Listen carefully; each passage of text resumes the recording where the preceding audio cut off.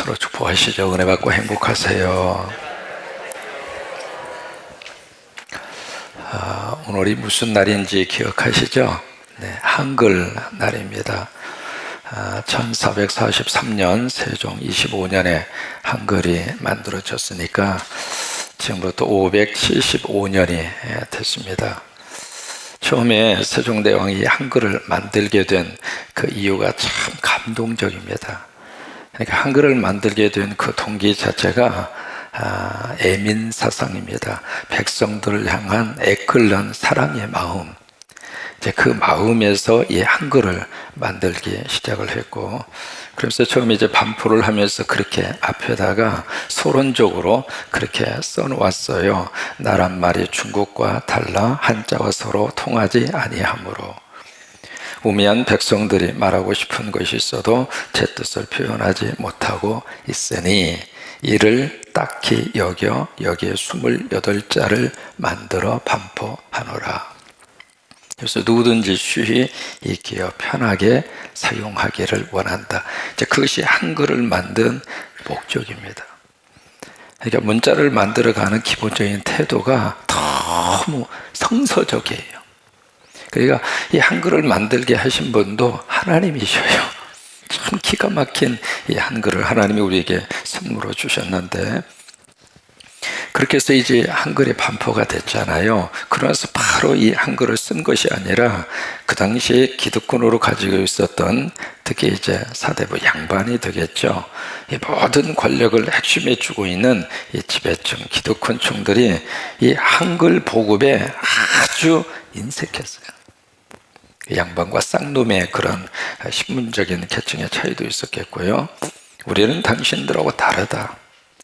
어떻게 똑같은 말을 똑같이 쓰고 있느냐? 그럴 수 없다. 그런 어떤 묘한 생각이 머릿속에 있어서 반포는 됐습니다마는 한글이 저 밑에까지 보급이 되는 데 있어서는 그렇게 적극적이지를 않았는데, 그걸 이제 우리 한글이 이렇게 쫙 이렇게 퍼질 수 있도록 그 역할을 해준 분이 누구냐면 고종 황제입니다.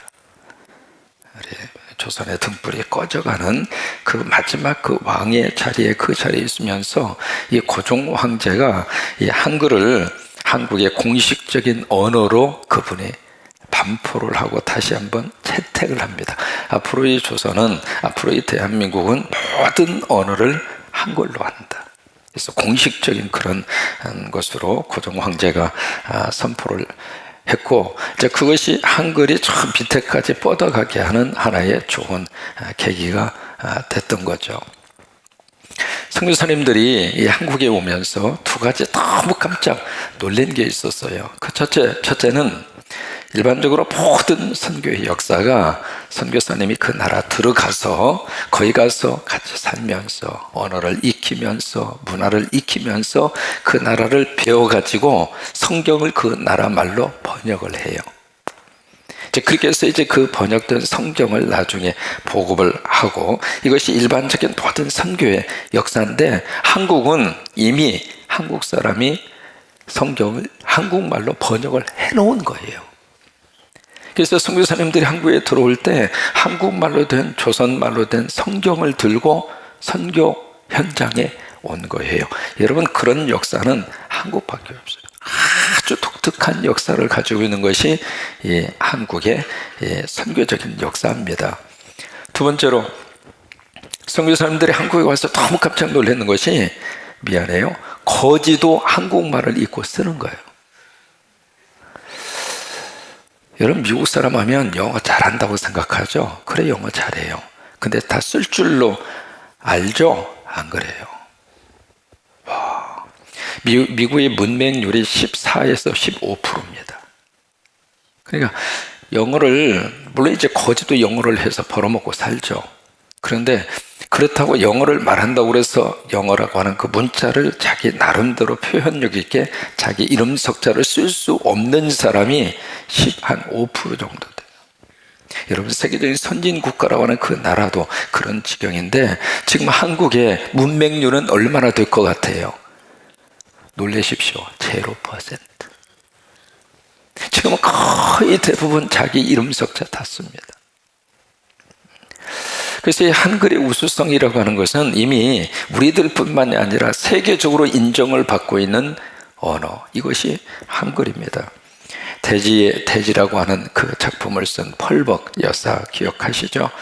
노벨 문학상을 수상한 분이고 인권 운동가의 그런 대가잖아요.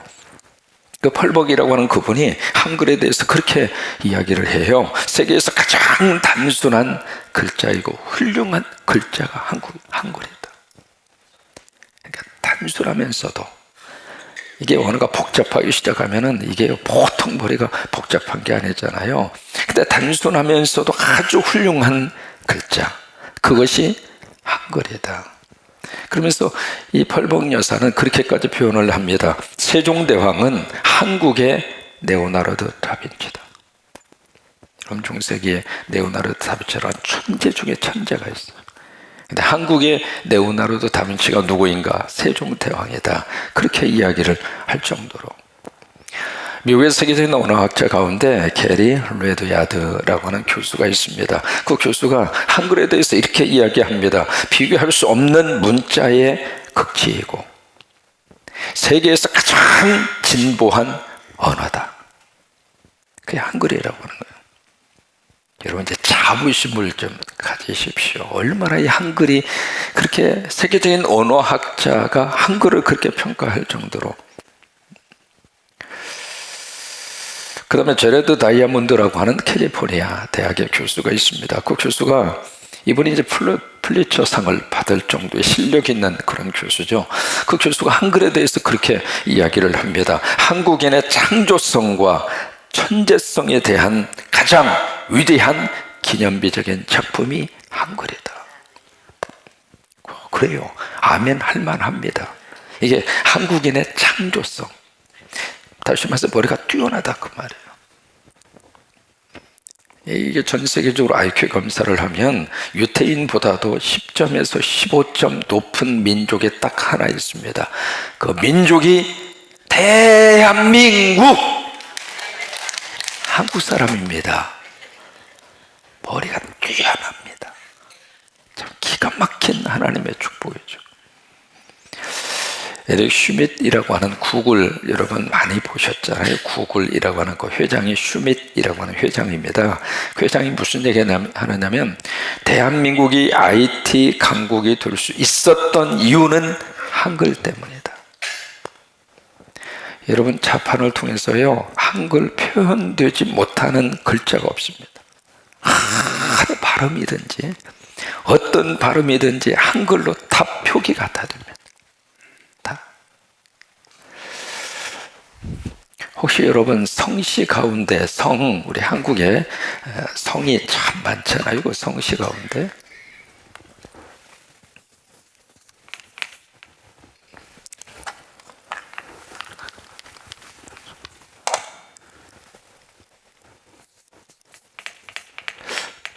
잊어버렸네요. 제가 너무 그 성이 독특해가지고 요한 목사님 어디 계셔? 요한 목사님 어머님 성이 그래요. 어디 있어 지금 요한 목사님? 네. 그 어머님 성을 처음에 이제 제가 이렇게 딱 보고 어떻게 발음하기 아주 묘한 그 성을 가지고 계시더라고요. 이제 발음 자체가 꼭인가 뭐 그래요. 제가 모르겠어요. 한 번도 보지 못한 성이에요. 근데 그 성을 컴퓨터 자판으로 딱 칠 수가 있습니다. 아주 그러니까 이 한글이 가지고 있는 우수성이 얼마나 큰 우수성인지 말이죠. 이게 세계에 유일하게 딱 하나 한글이 어떤 독특한 특징을 가지고 있느냐면 세계에서 가장 유일하게 만든 사람이 누구예요? 세종. 여러분 이거 수능에 나옵니다. 만든 사람 누구예요? 그 다음에 반포 1 1443년 10월 9일 그 반포 1 그 다음에 창제 원리 그죠? 28자 모음 자음 그 원리까지 그것을 완벽하게 알려진 문자가 딱 한글밖에 없습니다. 여러분 다른 모든 문자는 여러분 한자만 하더라도 한자가 벌써 이 어느 정도 형태를 갖추기까지 3,000년 걸렸습니다. 한자가. 근데 이 한글이라고 하는 것은 세종대왕이 딱 시작을 해서 주기 25년에 반포를 했으니까 왕이 되자마자 한글을 만들기 시작을 해서 25년 걸린 거예요. 이제 그런 문자가 없어요. 또 하나 감사한 것은 이 한글이 성경과 만나서 한글이 큰 복을 받았어요. 그래서 여러분 우리가 이 성경, 이 한글로 된 이 성경이 우리 손에 들려져 있다는 자체가 너무 감사하고, 지금 이제 저쪽에 아프리카에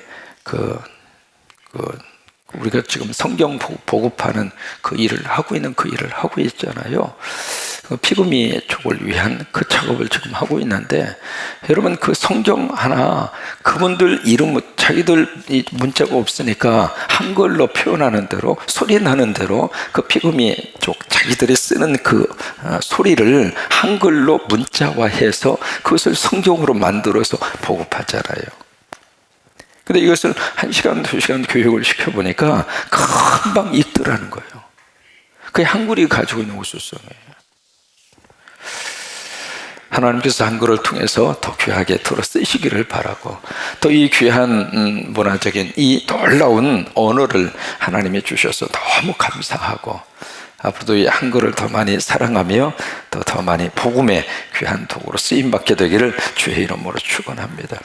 오늘 그 잠언 23장에 술에 대한 문제를 취급을 하고 있습니다. 20절에 보시면 내 아들아 하면서 이제 아들에게 주는 살림에 대한 교훈 가운데 하나가 술 문제입니다. 20절에 보시면 술을 즐게 하는 자, 고기를 탐하는 자 사귀지 말아라. 이게 이제 아들에게 주는 부모로서의 간절한 삶에 대한 지혜입니다. 술 즐게 하는 사람 절대로 사귀지 마라. 유주상종이라고 술을 즐기는 사람은 그 주변에 술꾼들만 모이게 되어져 있습니다. 그러면 그 술꾼들의 마지막 인생의 결론이 어떤 결과가 날 것인가, 그걸 이제 알기 때문에 어떤 일이 있어도 사귀지 말아라. 21절에 보시면 술을 취하고 음식을 탐하는 자는 결과적으로 어떻게 되느냐면 가난하게 될 것이다. 그러니 너도 가난한 신세로 살기 싫으면 술 즐게 하고 술 가까이 하고 그런 사람 절대 가까이 하지 말아라. 여러분 미국의 지금 대통령이 트럼프잖아요. 트럼프의 대통령이 한 가지 묘한 특징이 있습니다. 이 대통령은요 술을 절대로 안 합니다. 아주 얼굴도 좀 그냥 재밌게 생겼잖아요. 우리끼리 이야기지만 아무튼 여성에 대한 문제가 끊임없이 일어나고, 돈도 많고 그 사람이 가지고 있는 부동산은 이렇게 헤아릴 수 없을 정도로 그렇게 많은 부를 가지고 있으니까 그 돈 가지고 저기를 다 하는데, 참 묘하게도 이 사람이 술은 안 먹어요. 그래서 이제 세계 정상들이 모여서 같이 이렇게 들고 하는 거 있잖아요. 이런 거 꼭 하고 그러잖아요. 근데 이분은 꼭 거기다가 뭘 하느냐면 코카콜라 다이어트. 그 색깔이 비슷해요. 포도주하고. 코카콜라 다이어트를 가지고 같이 그걸 마시고, 그래서 이분은 자기가 적어도 기억할 때 지금까지 한 번도 술을 입에 댄 적이 없다는 거예요. 그래서 그렇게 된 이유를 설명을 합니다. 저자는 자기 형이 있었는데 아주 머리도 뛰어나고 잘생긴 자기 바로 위에 형이 있었는데, 이 형이 완전히 술에 취해서 완전히 알코올 중독자가 돼서 43살에 비명에 간 거예요. 그걸 보면서 트럼프가 술 먹으면 안 되겠구나, 그것을 뼈저리게 느낀 것이고, 두 번째는 아버지가 술 먹는 것을 그렇게 싫어했답니다. 그래서 그 아버지의 재산을 내가 유산을 물려받아야 되는데, 만약에 술 먹고 돈 밖으로 벗어나면 재산을 물려받으니까 아버지 눈에 잘 이렇게 들게 하려고 어렸을 때부터 술을 안 먹어. 자기는 철저하게 자녀들에게 어떤 일에서도 술 먹지 말라. 그것을 아이들에게 그냥 귀가 닳도록 지금도 교육을 하고 있고, 자기는 자녀들이 적어도 내가 보지 않는 곳에서도 술은 안 먹는다고 나는 믿고 싶다, 그렇게 이야기할 정도로. 여러분, 정치계에서 술을 먹지 않고 어떻게 정치할 수 있어요? 그런데도 대통령이 돼서도 안 먹는다. 왜 그럴까? 오늘 성경도 같은 말씀을 우리에게 해주시고 있는 거예요. 그러면서 그 다음 절로 이제 가서 보시면은 술을 먹었을 때 어떤 현상이 나타나게 되는가. 29절에 보시면 재앙이 누구에 있느냐, 이 6가지 질문을 쭉 던지고 있습니다. 재앙이 어떤 사람에게 있느냐, 근심이 어떤 사람에게 있느냐, 분쟁이 누구에게 있느냐, 어떻게 해서 싸움이 일어나고 막 여기저기에서 그런 불미스러운 사건과 일들이 어떻게 일어나느냐, 원망이 누구에게 있느냐, 까닭없는 상처가 누구에게 있느냐, 붉은 눈이 누구에게 있느냐, 6가지 질문을 던지면서 30절에 누구에게 있느냐면 술에 잠긴 자에게. 그러니까 완전히 술독에 빠져있는 사람에게 그런 현상들이 나타나게 되고, 그 다음에 혼합한 술을 구하러 달리는 자에게 있느니라. 혼합한 술, 그것이 바로 뭐냐면 폭탄주예요. 이미 성경이 폭탄주를 여기다가 써놓은 거예요. 한국은요, 술 종류도 뭐 헤아릴 수 없을 정도로 별 술이 다 있어요. 그냥. 아니, 그 폭탄을 속에 집어넣고 그것이 속에서 폭탄이면 터질 터인데, 그 터지는 그 폭탄을 속에다가 집어넣고, 참 위장도 대단해. 그러면서도 건강하기를 바라고, 그러면서도 뭐 이렇게 튼튼하게 살기를 바라고, 그 생각 자체가 틀려먹은 거죠. 31절 포도주는 붉고 잔에서 번쩍이며 순하게 내려가는 것 하나니 너는 그것을 어떻게 하지도 말아라, 보지도 말지어다. 31절 32절 그것이 마침내 뱀같이 물 것이요 독사같이 쏠 것이며 또 내 눈에는 괴이한 것이 보일 것이요. 이게 술 먹으면 눈에 막 헛것이 보이잖아요. 아는 사람은 알아요. 안 먹은 사람이야 뭐 알겠어요? 근데 잘 모르죠. 근데 성경에 이렇게 쓰여져 있잖아요. 눈에 괴이한 것이 보일 것이고, 그 다음에 내 마음은 구부러진 말을 할 것이며, 혀가 막 꼬부라지는 소리 하잖아요. 참 하나님 말씀이 어떻게 기가 막히게. 34절 너는 바다 가운데 누운 자 같을 것이요. 이게 막 땅이 출렁거리고 말이죠. 이게 술 먹은 사람은 기분이 얼마나 하늘에 붕 떠서 말이죠. 평소에 지갑을 절대로 열지 않던 사람도 술 취하면 그냥 갖다 막 열어 막 팁도 그냥 막 아깝지 않고 주고, 막 마누라한테 그냥 10,000원도 쓰기 아까운 사람이 술 먹었다 하면은 막 100,000원도 갖다가 막 주고, 술 깬다 오면은 그때부터 막 인상 팍 쓰고 막. 왜냐하면 여기 있는 말씀대로 이게요, 막 바다 가운데 누운 자 같은 것처럼 이게 붕 사람이 떠 있게 된다 그 말이죠. 돛대 위에 누운 자 같을 것이요. 막 온 세상이 자기 세상이지 뭐.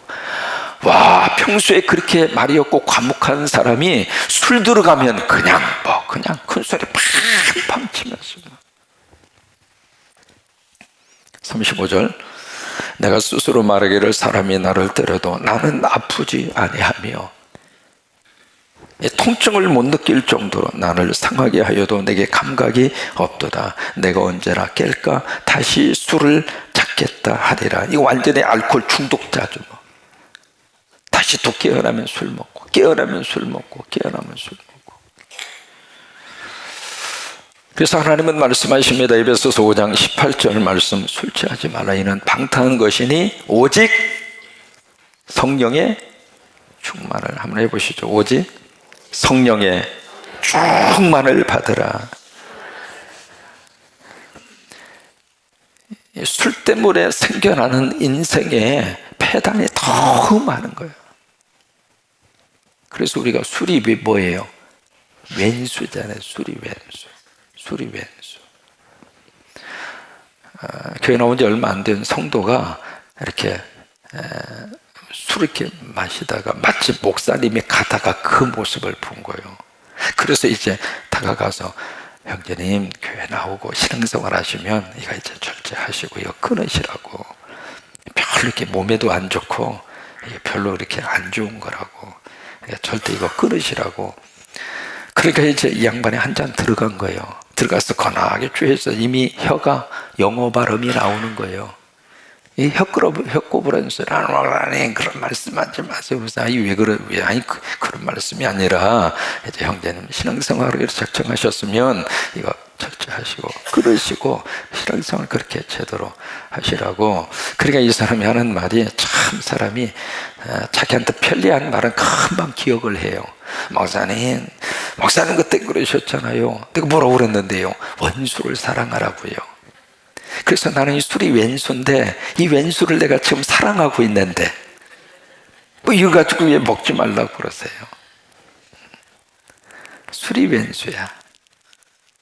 부부지간에 왜 싸우는데 싸우는 많은 이유 중에 하나가 술 때문에 싸워요.